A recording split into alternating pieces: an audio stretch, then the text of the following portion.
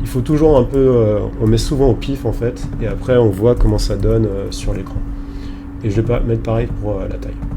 Donc voilà, là j'ai bien mon image Pokémon, et je dois lui indiquer ici que j'utilise donc le style, c'est cette variable, et dans le style, j'ai envie de référer à image Pokémon. Et c'est magique, il me l'affiche direct. Et là, comme il n'est pas content, c'est-à-dire que je n'ai pas bien fermé le crochet, et je le ferme ici. Donc voilà, alors on va tester tout de suite, et on va voir Transformers, ok, donc là il n'a pas kiffé, et quand il kiffe pas, ben, on reload, et là, tadam! Donc on a bien Pikachu qui s'affiche ici, et c'est magique, donc il y a tout ça. Donc, maintenant, imaginons qu'en plus de Pikachu, j'ai envie de mettre un autre Pokémon. Alors comment je vais faire? Bah là, vous allez me dire, bah, c'est simple, tu as juste à copier-coller en fait tout ça, et juste en dessous, bah, t'écris la même chose. Hop, comme ça, et je ferai ça en bas. Sauf que, on va pas faire ça. Pourquoi? Parce qu'en fait, le copier-coller, c'est très très mal, et que il faut essayer de, au contraire, donc en React Native, de créer des components qu'on va réutiliser. Pourquoi c'est mal? Parce que imaginez qu'à un moment, je décide de mettre, à la place de 2 Pokémon, je décide d'en mettre 150. Donc on pourrait faire 150 copier-coller, mais à un moment, imaginez qu'à la place de mettre ce name, j'ai envie de le changer et je mets surname ou un autre nom, où je décide de le mettre en gras. C'est-à-dire que pour les 150, je devrais tout modifier. Donc décidément, c'est pas une bonne idée. Et ce qu'on va faire à la place, c'est on va créer un component qu'on va pouvoir réutiliser. Donc, comment ça marche? Vous allez, comme d'habitude, définir une constante. On va l'appeler Pokémon Info. Donc c'est toujours un peu le même procédé, hein. Ici, c'est les variables. Et ici, en fait, c'est la fonction. Donc ça vient un peu des mathématiques, à savoir que ça, c'est la variable d'entrée. Et ça, c'est un peu le retour de la fonction qui est donnée. Et ce qu'on va faire, c'est tout ce qu'on a pris là, tout ce qu'il y a là-dedans, on va le mettre à l'intérieur ici. Donc là, il va rouspéter parce que, pourquoi? Parce que j'ai pas défini en fait de view. Il faut toujours définir une view primaire, un peu tout en haut, de manière à encadrer les components. Voilà. Donc là, voilà, c'est pas très bien indenté. Je sais, faudrait vraiment que je vois c'est quoi qui correspond à l'indentation sur VS Code. Mais bon, enfin bref, là c'est un peu lisible, donc c'est bon. Et comme tout à l'heure, j'ai envie d'utiliser Pokémon Info. Donc ce que je vais faire, c'est ici, je vais tout simplement appeler Pokémon Info. Voilà. Oups. Voilà. Donc là, étant donné que c'est dans le même fichier, j'ai pas besoin de l'exporter, parce qu'il va le connaître direct. Et en effet, quand je fais un clic dessus, il réfère à ce qui est en dessous. Donc là, il va rouspéter en fait. Pourquoi? Parce que ici, en fait, ce qui appartient à ça appartient justement à ça. Et dans Pokémon Info, il n'y a aucune trace de name, level ou mail. Donc comment on va faire? En fait, on va utiliser ce qu'on appelle les props. Donc ça correspond en fait aux propriétés des components, des functional components. Et ici, en fait, on va définir props. Donc ça correspond vraiment aux propriétés du component, c'est-à-dire ce qui lui est propre à lui. Et donc en fait, les props, c'est ce qu'on va passer à ce component pour qu'il soit content. Hop. Hop. Voilà. Donc là, il a bien reçu en fait les props names.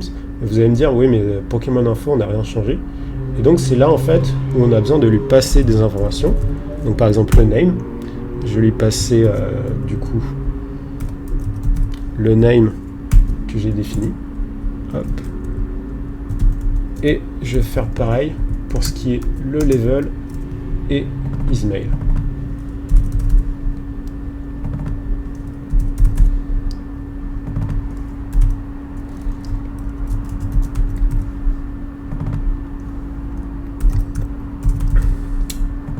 Donc voilà. Donc là en fait ce que j'ai fait, c'est que j'ai dit Pokémon Info, pour le name en fait qui va lui attribuer la variable name, Pikachu, Mais c'est pas obligé que ce soit le même. Par exemple, j'aurais très bien pu lui dire, à la place de t'appeler Pikachu, tu vas t'appeler Raichu. Et pour le level, du coup, il va passer cette variable-là, et Ismail, il va bien passer cette variable. Et donc dans props, c'est tout ce qui va hériter des différentes variables. Il va prendre la props.name qui correspond à Raichu, et normalement, il va l'afficher. Donc on va voir ça tout de suite. Voilà. Donc là, il l'a bien affiché. On est content. Et tout est bien, du coup. C'est cool. Et donc, maintenant, j'ai envie de mettre un second Pokémon.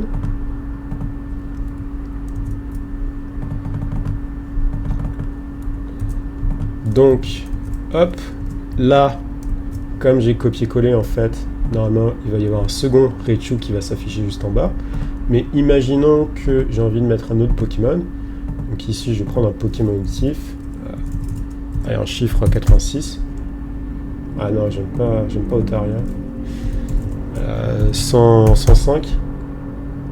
J'aime pas trop cela non plus. Ouais, ça va. Scarabrut. En vrai, j'aime pas trop Scarabrut, mais bon, j'ai déjà refusé 2 là, donc ça fait un peu beaucoup. Donc voilà. Donc là, Scarabrut, je vais lui passer le 127. Et en fait, à la place de lui passer donc directement le lien, ce que je vais faire, c'est que je vais lui passer l'ID. Donc je vais définir une nouvelle variable qui s'appelle ID, donc qui est un number. Donc là, dans le cas de Pikachu, ça va être 25. Voilà. Et donc, en fait, j'ai même pas besoin de le définir là, je vais directement le définir là.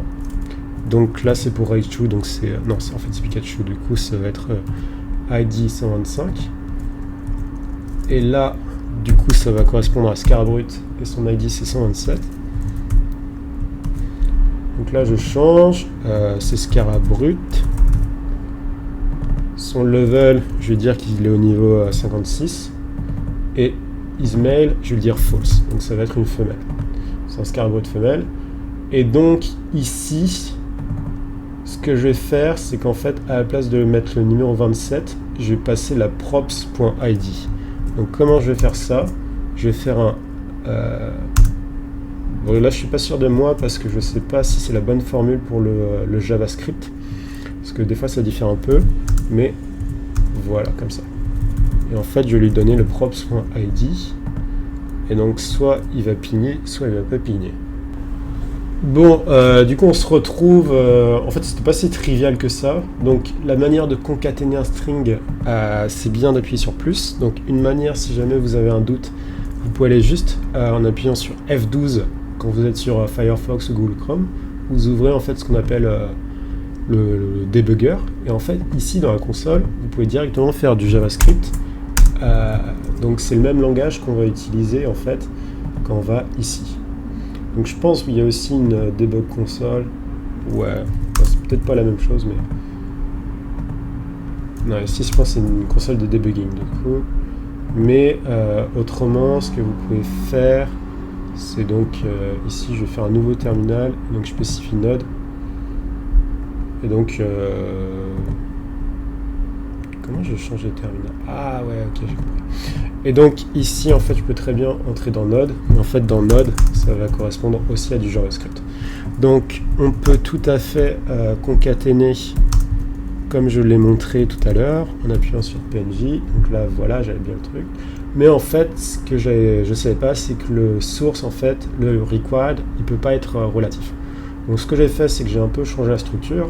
En fait, à la place de passer l'ID, je passe directement le chemin. Donc ici dans la source, je vais lui passer le required avec le chemin de l'objet. Et ici en fait dans la source, il va récupérer le props.src qui correspond à ceci. Et il va trouver directement. Notez qu'il est important que les deux noms soient les mêmes. Autrement, il va y avoir un bug. Donc il y a aussi d'autres manières de procéder. Donc je sais qu'il y a des gens qui vont plus préférer utiliser props. Mais autrement, si jamais vous n'aimez pas rajouter le mot props, vous pouvez faire ce qu'on appelle... je crois que ça s'appelle déstructuration ou un truc comme ça. Donc en fait, vous pouvez directement spécifier ici.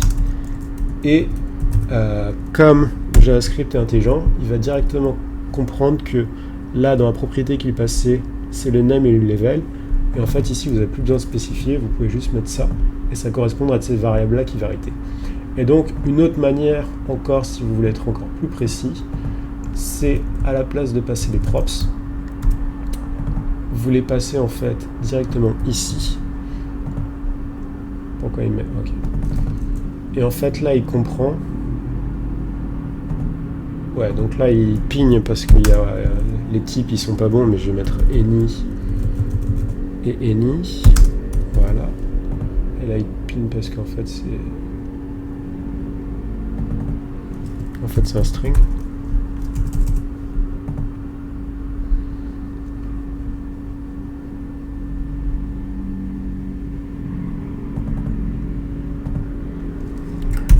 Et en fait, donc voilà, vous pouvez aussi mettre ismail et enfin src. Donc on va virer ça tout de suite là. Hop, hop. Et donc là, normalement, ça devrait être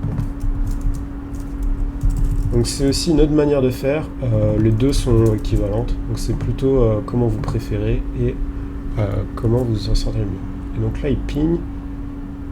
Binding element next. Donc, j'ai résolu mon problème, en fait, donc juste une fois de plus, comment vous faites quand vous avez un problème.